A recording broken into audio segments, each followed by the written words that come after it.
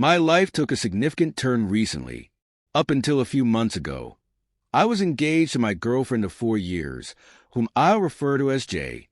We met through mutual friends and hit it off immediately. Everything seemed perfect. She was smart, funny, and independent. At least, that's what I believed at the time. We often talked about our future together, including marriage and kids, and I genuinely thought she was the one. However, everything began to change about 6 months before our wedding. One evening, during dinner, Jay brought up the subject of a prenuptial agreement. Initially, I wasn't taken aback. After all, prenups have become more common in recent years. Given my financial background and success in the tech industry, I understood the importance of protecting both parties. Jay, on the other hand, worked in a creative field and had minimal savings. I assumed she wanted a prenup to ensure we both had protection in case anything went wrong. But soon, the conversation took a turn for the bizarre. Jay proposed a prenup that was heavily in her favor. Not only did she want to protect her assets, but she also insisted that everything I earned during our marriage would essentially belong to her if we ever separated. She argued that once we had children, she would be the primary caregiver and should be compensated for the sacrifices she would make. It felt like she was trying to ensure that she would receive a substantial amount of my income, regardless of the circumstances of our potential split. Her demands escalated, including outrageous alimony clauses that would still apply even if she was the one who decided to leave. I was taken aback.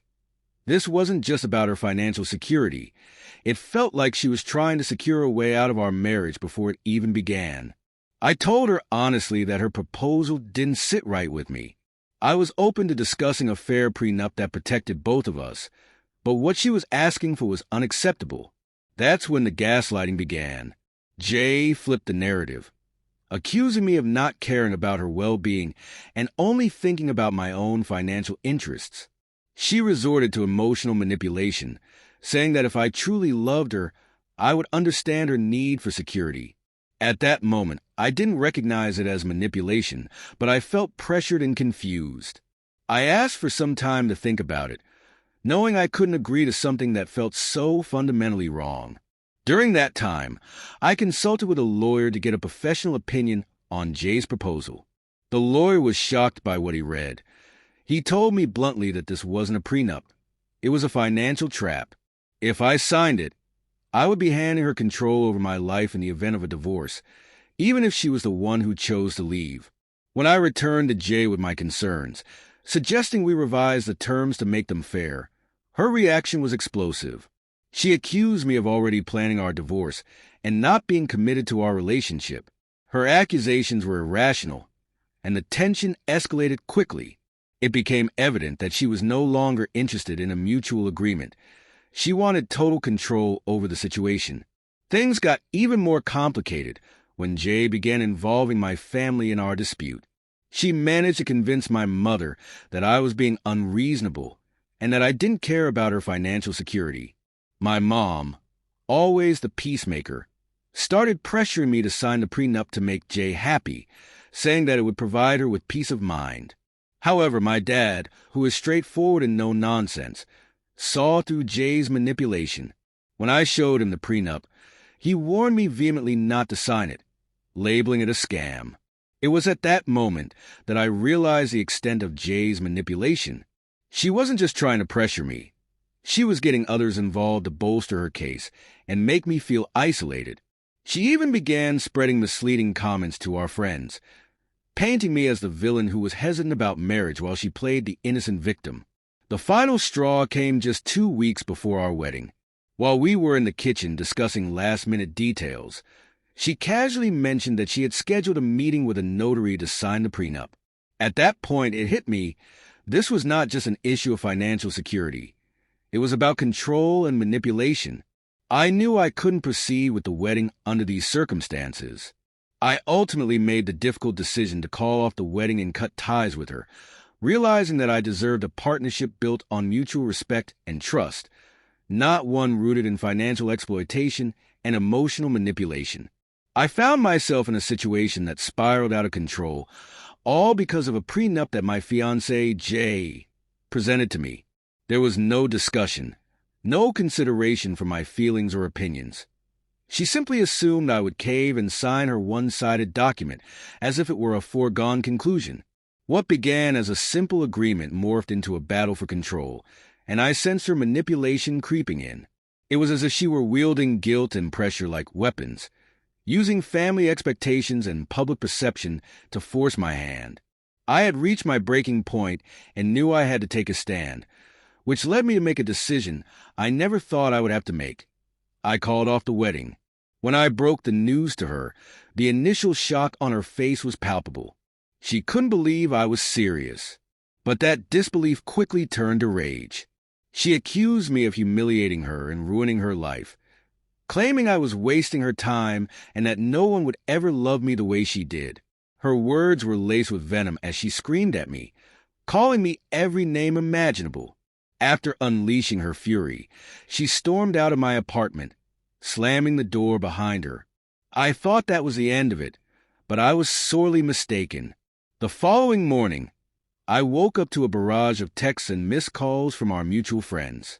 It turned out Jay had already started spreading rumors, subtly insinuating that I had gotten cold feet because I was secretly seeing someone else. While she never outright accused me of cheating, her implications were enough to cause people to question my integrity. Friends reached out, expressing their disappointment and demanding to know what really happened. I tried to ignore it, thinking that the truth would eventually come out, but Jay had other plans. Just a few days later, she showed up at my place unannounced. This time, she wore a mask of calmness and sweetness, pretending to want to make amends. She claimed to have thought it over and was willing to give me one last chance to salvage our relationship. The catch? I had to sign the prenup. If I did, she assured me we could still get married, and she promised to keep the real reason for our breakup a secret.